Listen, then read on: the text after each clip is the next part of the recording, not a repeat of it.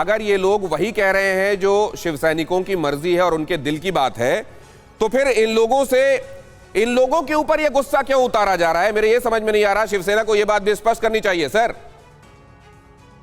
मैंने कहा ना आपसे कि इनका तरीका गलत है। जो एकनाथ शिंदे जी जिस तरीके से कर रहे हैं, जिस तरीके से उनके साथ जो विधायक जिस तरीके को उन्होंने अपनाया है, कभी गुजरात में जाकर, कभी असम गुवाहाटी में जाकर जिस तरह से वो अपनी बात को कह रहे हैं, वो तरीका सही नहीं है। तरीका वही सही है जो उद्धव जी ने कहा।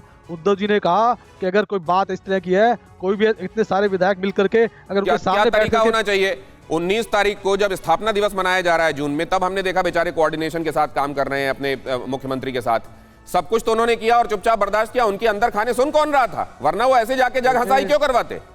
देखिए, पहले कोविड चलता रहा, उसके बाद उनके अपने स्वास्थ्य की बात रही, उसके बाद अगर अरे कोविड में अभी भी तो कोविड है सर।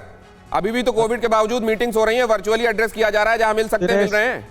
दिनेश जी, जितनी बड़ी संख्या में आज वो अपनी ताकत दिखा रहे हैं, इतनी बड़ी संख्या में अगर उन्होंने उनके सामने जाकर के बैठ करके बात की होती, तो मैं नहीं समझता कि किसी भी पार्टी के चीफ या मुख्यमंत्री उनकी बात को नहीं सुनते, उसको गंभीरता से नहीं लेते। शुभ्रस्ता से बात समझना चाहता हूं। शुभ्रस्ता, कोई इतना बड़ा कदम लेने के पहले क्या अपने लीडर को जाकर बताएगा नहीं अपनी भावनाओं के बारे में? कई बार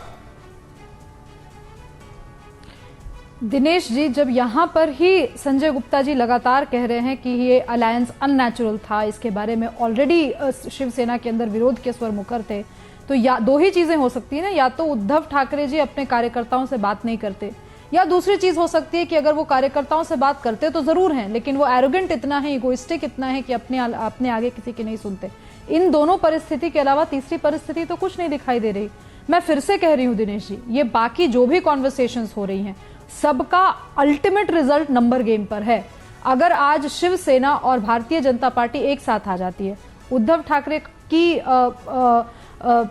बीजेपी के साथ कोई साठगांठ हो जाती है, तो क्या दिनेश गुप्ता जी और क्या सीमा मलिक जी, किसी का कोई जोर नहीं चलेगा यहाँ पर। एनसीपी की जहां तक बात है, एनसीपी और शिवसेना तो हमेशा से महाराष्ट्र की राजनीति अगर देखी जाए तो रीजनल लेवल पे ये दोनों बिल्कुल सांप और नेवले जैसा हाल है। ठीक है, तो आप ये कह रही हैं कि नंबर अब वहां 37 में, गुवाहाटी में 37 से ऊपर निकल गया है। आप क्या ये कह रही हैं कि गुवाहाटी में नंबर 37 से ऊपर चला गया है, इसलिए अब शिवसेना की बातें ये हैं कि वही बातें हैं जो ज्यादातर शिव सैनिकों की भावनाएं का, इसलिए ऐसा कहा जा रहा है? मैं आपके पास वापस लौटूंगा, लेकिन उससे पहले आज के 4 वो महत्वपूर्ण बयान जिनसे आज की महाराष्ट्र के घटनाक्रमों की दशा दिशा तय होती है और जिससे अंदाजा लगता है कि चीजें क्यों हुई और आगे क्या होने वाला है।